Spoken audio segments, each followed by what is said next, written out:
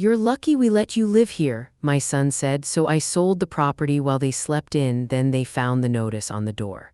The morning coffee had grown cold in my hands when I heard the front door slam. Again, Marcus was 28, 6'2", and had been living in my house for 3 years now, not visiting, living. With his girlfriend Brittany and their 2 kids who weren't mine but somehow became my responsibility. "Mom," his voice boomed through the hallway. "Where's the rent money I gave you?" Brittany can't find her receipt. I set down my mug slowly. The kitchen table was scarred from years of family dinners, homework sessions, and late-night conversations when he was young and still talked to me like I mattered. "What rent money?" I asked, though I already knew where this was heading. He appeared in the doorway, all swagger and irritation. Brittany hovered behind him, blonde hair perfectly straightened, holding their 3-year-old Emma while 4-year-old Jake tugged at her designer jeans. "The $500 we gave you last month," Marcus said, crossing his arms. I blinked. "You mean the $200 you gave me for groceries, the money I spent feeding your family?" "That was rent, Mom, we're not freeloaders." Brittany stepped forward, Emma balanced on her hip like an accessory. "Marcus is right, Mrs. Chen, we contribute to this household."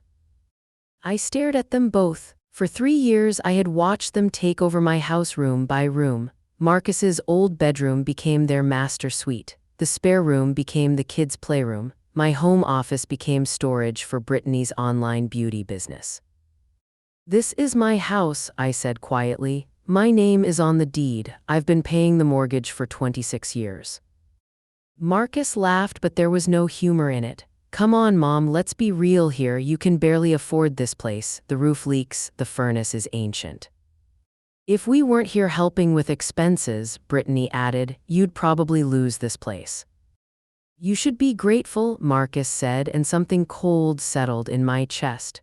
"You're lucky we let you live here. Most kids our age would stick their parents in some retirement home."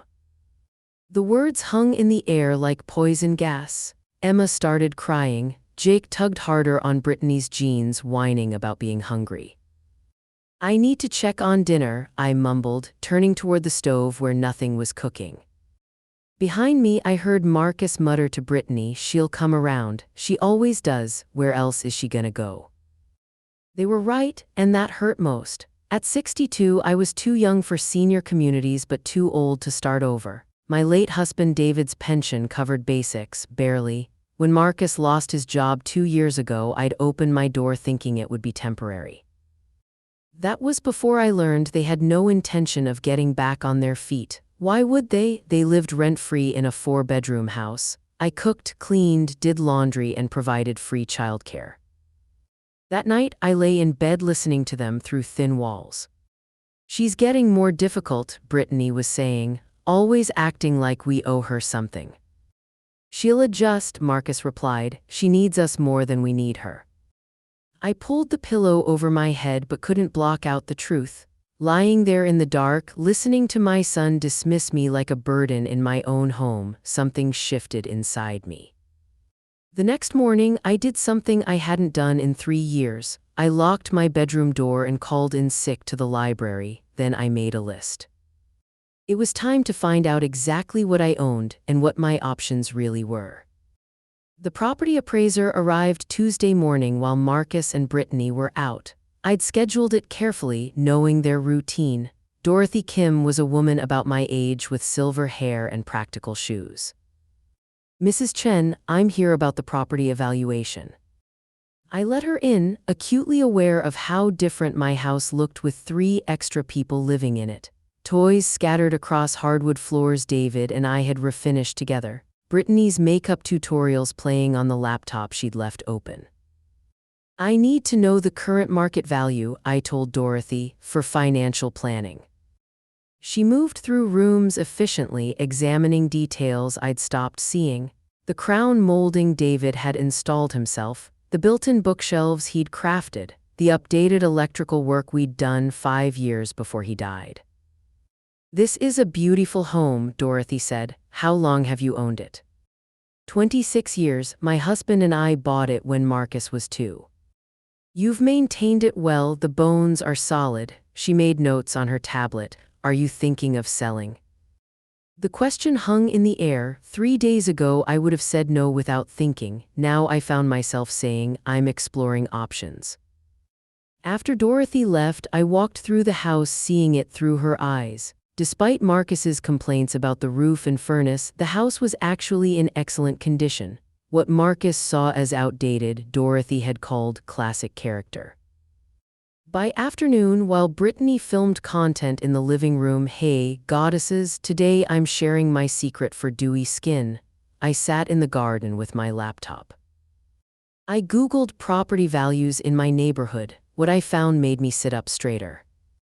3 houses on my street had sold in recent months, all for significantly more than I'd imagined. The Colonial 2 doors down had gone for $847,000. The Cape Cod across the street sold for $923,000. The Victorian on the corner sold for $1.1 million.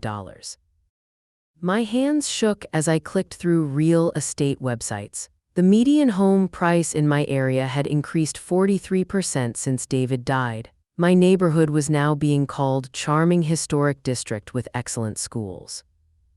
I was sitting on a gold mine and didn't know it. Mom, Marcus's voice carried from the house. Where's dinner? I'm starving.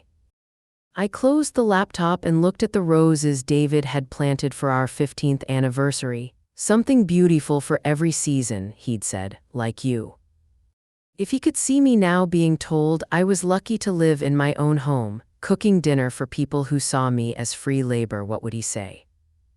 I knew exactly what he'd say. Helen, don't let anyone make you smaller than you are. You're worth more than you know. At the time, I'd thought he meant emotionally. Now I was beginning to understand he might have meant literally. That evening, I called Dorothy Kim. Mrs. Chen, how can I help you? The appraisal, when will you have results? I can tell you now, you're looking at somewhere between $950,000 and $1.2 million. The phone slipped in my sweaty palm. Could you repeat that? Your property is worth approximately $1.1 million, maybe more in this market. After I hung up, I sat on my bed for a long time. Through the door, I could hear evening sounds. Brittany reading to Emma, Marcus channel surfing too loudly. $1.1 million. I owned something worth more than $1 million, and I'd been letting my son convince me I should be grateful for sharing it. Not anymore. The lawyer's office smelled like leather and old coffee. Jane Morrison had been David's attorney, handling his will with quiet competence. She reviewed my documents with the same steady presence. Helen, it's good to see you, though I wish it were under better circumstances. I'd spent 2 days deciding whether to make this appointment. The final straw came when I found eviction notice templates on my kitchen counter, not for me, but practice materials for Brittany's new property management side business. I need to understand my rights, I told Jane, about my house, about tenants, about everything. Jane leaned back in her chair. Start from the beginning. So I did. 3 years of gradual takeover, Marcus's increasingly entitled attitude, Brittany's assumption that my house was her business headquarters, the way they'd made me feel like a guest in my own home. And now Marcus says I should be grateful they let me live there, I finished. Jane's expression grew stern as I talked. She pulled out a legal pad and began writing. Helen, I need direct answers. Have they ever paid rent, real rent with receipts? They gave me money for groceries a few times, maybe $400 total over 3 years. Do they have a lease? No, nothing written. Have they received mail at your address? Marcus changed his address when he moved in. Brittany gets business packages there. Jane made notes. How long since they've contributed to household expenses? About 8 months. And they know you own the property outright. Yes, Marcus grew up there. Jane set down her pen. Helen, I'm going to be very direct. Your son and his girlfriend are not tenants. They're house guests who have overstayed their welcome. You have every legal right to ask them to leave. The relief was so intense I almost started crying. For months, I'd felt trapped legally and financially. However, Jane continued, I'd recommend 30 days notice in writing, shows good faith and prevents complications. But Helen, be prepared for pushback. People taking advantage often don't react well to boundaries. I left Jane's office with drafted documents and a plan, but first I had one more stop. The real estate office was in the same building where David and I had signed our mortgage papers 26 years ago. Agent Patricia Wells was younger but equally professional. Mrs. Chen, your timing is excellent, Patricia said. The market is incredibly hot, especially for properties like yours. Character homes in established neighborhoods are exactly what buyers want. She showed me comparison sales and market trends. If you decided to sell, I'd recommend listing at $1.15 million. Based on recent sales, I think we'd see multiple offers quickly. $1.15 million. Even after taxes and fees, I'd walk away with more money than I'd ever imagined. How quickly could I sell? I asked. If you're serious, market next week. In this market, I'd expect offers within days. I thought about Marcus's words, you're lucky we let you live here. I thought about David's roses blooming for someone who appreciated them. What if I wanted to sell quickly and quietly, without showings or disruption? Patricia raised an eyebrow. Family situation. I must have looked embarrassed because her expression softened. You'd be surprised how often this comes up. Adult children who think they are entitled to parents' property. She pulled out another folder. There are investors who specialize in quick cash sales, slightly less than market value, but you could close in 2 weeks with minimal hassle. How much less? Maybe $50,000, but you'd save on fees, so the difference might be smaller. I sat in my car for 20 minutes holding both folders. 2 paths: evict Marcus and Brittany or sell the house and start over. But sitting there, I realized something surprising. I wasn't happy there anymore. The house had become a prison, memories overwritten by new ones I didn't want to keep. Maybe it was time for new memories. I drove home slowly, but instead of sadness, I felt something I hadn't experienced in years. Freedom. The cash buyer was Susan Chen, no relation, despite the shared surname. She represented investors specializing in quick transitions for homeowners in changing circumstances. We handle situations like yours more than you'd think, Susan said as we walked through my house Saturday morning. Marcus and Brittany had taken the kids to a birthday party. Adult children who have forgotten boundaries, sometimes a fresh start is the healthiest choice. She moved through rooms efficiently, appreciating the house. She paused at David's built-in bookshelves, ran her hand along crown molding, spent extra time in the garden admiring roses. This is a beautiful home, she said finally. Your husband had excellent craftsmanship. Thank you, he put a lot of love into it. I can tell this is difficult for you.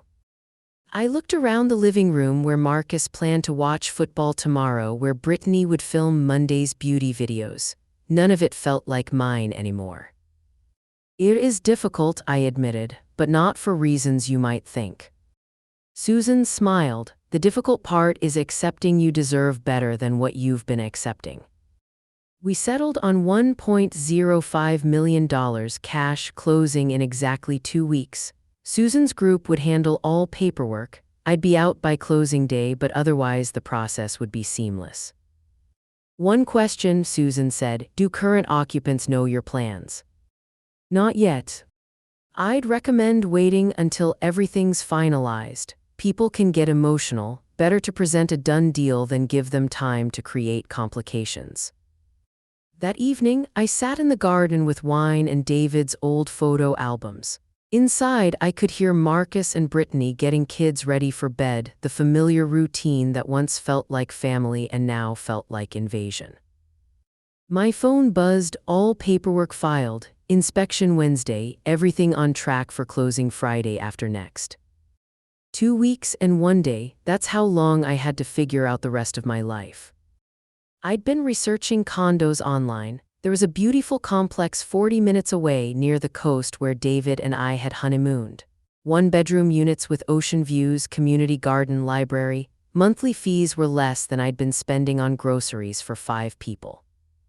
Mom, Marcus's voice carried, can you help Jake with his bath? Brittany's on a work call. I walked inside. Jake was in pajamas, clutching his favorite stuffed dinosaur. Grandma Helen, will you read to me? Of course, sweetheart.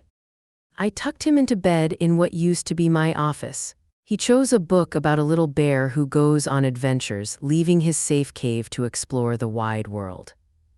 Why does the bear leave? Jake asked. Because sometimes we outgrow places we've been living. Sometimes we need new adventures. What if he misses his cave? I smoothed his hair. The cave will always be part of his story, but if he stays forever, he might miss wonderful things waiting outside. After Jake fell asleep, I walked back to the garden. The moon cast silver light across roses. I thought about the little bear, brave enough to leave safety for possibility. Monday morning, while Marcus was at work and Brittany at the gym, I started packing. Not obviously just small things that wouldn't be missed. Photo albums, David's watch, my grandmother's jewelry. I packed them in boxes labeled Christmas decorations, storing them in the basement. Each item felt like a secret victory. These were my treasures, my memories, my history. Marcus and Brittany could have furniture, but they couldn't have pieces of my heart. The inspection went smoothly Wednesday. Susan's inspector was discreet, arriving when Marcus and Brittany were out. Everything looks perfect, Susan texted. Closing confirmed Friday, September 15th, 2:00 p.m. 8 days, Friday evening I made Marcus's favorite lasagna, set the table with good dishes, opened wine. For a moment, it almost felt like old times. Then Marcus said, you know, Mom, maybe we should make this official. Put my name on the deed, better for tax purposes. Brittany nodded enthusiastically, like a partnership. Mrs. Chen could focus on cooking and childcare, we'd handle business. That night I didn't sleep. This wasn't just about property rights anymore, this was about survival. Friday morning, I lied to my son. Marcus, I need to run errands today, banking, grocery shopping. I'll be gone most of the day. Okay, Mom, we've got the kids covered. But instead of errands, I drove to Susan's office for our closing. 1 week from today, Marcus would wake up to find everything changed forever. The closing took 47 minutes. I signed papers, Susan's group transferred money, and suddenly I was no longer a homeowner. The keys I'd carried for 26 years were now Susan's keys. Congratulations, Mrs. Chen, Susan said. You should see the wire transfer within the hour. I sat in my car holding a cashier's check for $1.05 million and papers that legally ended my old life. Instead of feeling overwhelmed, I felt lighter than I had in years. My phone buzzed with a text from Brittany, running late picking up kids. Can you get them? Thanks, 2 hearts. This time next week, Brittany would be texting someone else for childcare help. The thought made me sad for Emma and Jake, but not enough to change my mind. I'll get them, I texted back. For 1 more week, I'd be Grandma Helen. The weekend passed normally on the surface. Saturday cartoons, grocery shopping with kids hanging off the cart. Sunday dinner Marcus complained was too salty while eating 3 servings. I played my role perfectly, the accommodating mother, the grateful woman allowed to live in her own house. But underneath, I was systematically erasing myself. Monday, I made my largest trip to the storage unit yet. Photo albums, sewing machine, David's tools, wedding silver. I packed everything carefully, labeling boxes with a system only I understood. Tuesday, I visited condos and fell in love with a 1-bedroom unit in Seaside Gardens. Ocean view, small balcony, granite countertops. The building had concierge, fitness center, and security system that would keep unwanted family visits away. I can offer cash, I told the realtor. Cash makes things easier, he said, trying not to look shocked. We could close next week. I'm very serious. Wednesday, I hired movers for the following Monday, not to pack everything, just collect items I'd marked with small blue dots. My bedroom furniture, kitchen essentials, basement boxes labeled with my maiden name. Everything else would stay for Marcus and Brittany to figure out. Thursday, I bought a new phone with new number and began updating important accounts. Bank, insurance, utilities for the new condo. Step by step, I was becoming a different person with a different life. Friday afternoon, while Marcus worked and Brittany filmed videos, I sat in the garden one last time with David's photo albums. The roses were still blooming, though some petals were dropping. "I hope the new owners love you as much as we did," I whispered to the roses. Emma found me there, sitting in late afternoon sun. "Grandma Helen, why are you sad?" "I'm not sad, sweetheart, I'm just remembering." "Remembering what?" "All the good times I've had in this garden. Your grandpa and I planted those roses together." Emma climbed onto my lap. "Do you miss Grandpa?" "Every day, but I'm not sad about that. Missing someone just means you loved them very much." "I love you very much, Grandma Helen." My heart broke a little. "I love you too, Emma, more than you know." Saturday was my last full day. I spent it normally breakfast with kids, laundry, groceries, but every ordinary moment felt significant, like saying goodbye to a version of myself that would never exist again. That evening, I tucked Emma and Jake into bed one final time. "Will you read the bear story again?" Jake asked. This time, when I read about the little bear leaving his cave for adventures, the words felt different. This time, I was the bear. "Grandma Helen," Emma said sleepily, "if you were the bear, where would you go?" I thought about my condo by the ocean, mornings with coffee and no demands, evenings with books and no drama. "Somewhere peaceful," I said, "somewhere beautiful, somewhere I could be happy." Sunday night, I barely slept. At 3 a.m., I walked through the house one last time. Every room held memories, but those memories weren't trapped in walls, they were part of me. At 5 a.m., I showered and dressed carefully. At 6 a.m., I wrote 2 letters. The first was simple: "The house has been sold. Closing completed Friday, September 15th. New owners take possession Monday morning. You have until 9 a.m. to remove belongings. My attorney Jane Morrison can answer questions. Helen." The second letter was for Emma and Jake. At 7:30 a.m., I drove away from the house where I'd been wife, mother, and finally prisoner. I didn't look back. The phone started ringing at 8:47 a.m. I was 2 hours away, eating breakfast in a diner parking lot, watching sunrise over mountains I'd never seen. Marcus's name flashed on my old phone screen. Again. I turned the phone off and put it in the glove compartment. By noon, I was at Seaside Gardens signing papers with my new attorney. The condo was on the 3rd floor with a balcony facing the ocean. 1 bedroom, 1 bathroom, soft blue walls the color of David's eyes. I spent the afternoon arranging delivered furniture. My bedroom set from storage, David's reading chair, a small dining table for 1, maybe 2 if I ever wanted company. Everything fit perfectly. At 3 p.m., my new phone rang. My attorney had Marcus on the line, claiming there'd been a mistake with a property sale. "Tell him there's no mistake," I said, looking out at waves rolling endlessly toward shore. "Give him Jane Morrison's number, she can explain everything."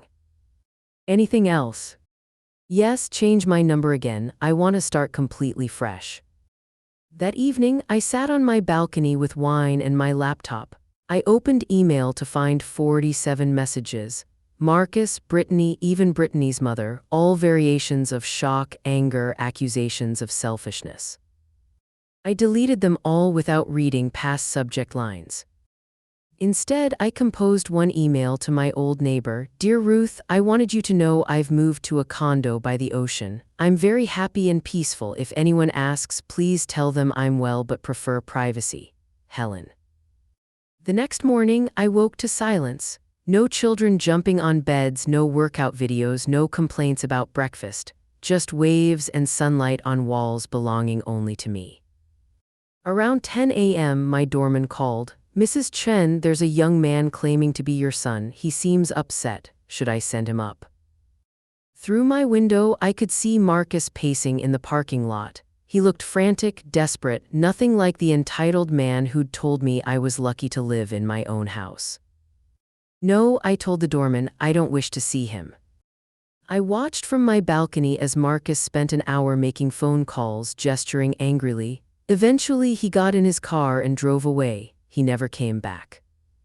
6 months later, I started volunteering at the animal shelter. I adopted a small terrier named Daisy who'd been abandoned by owners who couldn't handle her anymore. "We understand each other," I told Daisy. "Sometimes people who are supposed to love us don't know how." A year later, I was having coffee when my doorman called. "There's a young woman with 2 children. She seems different than the man before." I looked down to see Brittany, but not the Brittany I remembered. This woman looked tired, humbled, wearing jeans that had seen better days and holding Emma and Jake by the hands. "Send her up," I said after a long moment. Emma launched herself at me with pure love. "Grandma Helen, I missed you so much." Brittany sat at my small table, hands wrapped around her mug. "Marcus and I separated 3 months ago. He got angry when we lost the house. He blamed everyone except himself." "I'm sorry," I said and meant it. "We're living with my parents. It's difficult, and I think I understand now why you left. You weren't our mother or maid or free childcare. You were a person, and we forgot that." Tears rolled down her cheeks. "We treated you like you owed us something when really we owed you everything." I reached across the table and squeezed her hand. "You were trying to survive, Brittany. The kids miss you. Would you consider seeing them sometimes? Just the kids. They need someone stable who enjoys them." I looked out at Emma and Jake on my balcony, pointing excitedly at a pelican. "Saturday afternoons," I said. "I'll pick them up and we'll go to the beach or aquarium. No family drama, just time with their grandmother." Now, 2 years later, Emma and Jake visit every Saturday. We build sandcastles and collect shells. I teach them to garden on my small balcony. They call me Grandma Helen, and I am their grandmother through choice and love. Sometimes people ask if I regret selling my house. I tell them the truth. The memories I wanted to keep came with me, and the memories I needed to leave stayed behind. I kept my promise to David. I didn't let anyone make me smaller than I am. I learned I was worth exactly $1.05 million plus the price of my own peace of mind. My name is Helen Chen. I am 64 years old. I own my own home, make my own decisions, and answer only to myself and a small terrier who thinks I hung the moon. I am nobody's burden, nobody's free labor, nobody's forgotten obligation. I am exactly who I choose to be, and for the first time in years, that person is enough.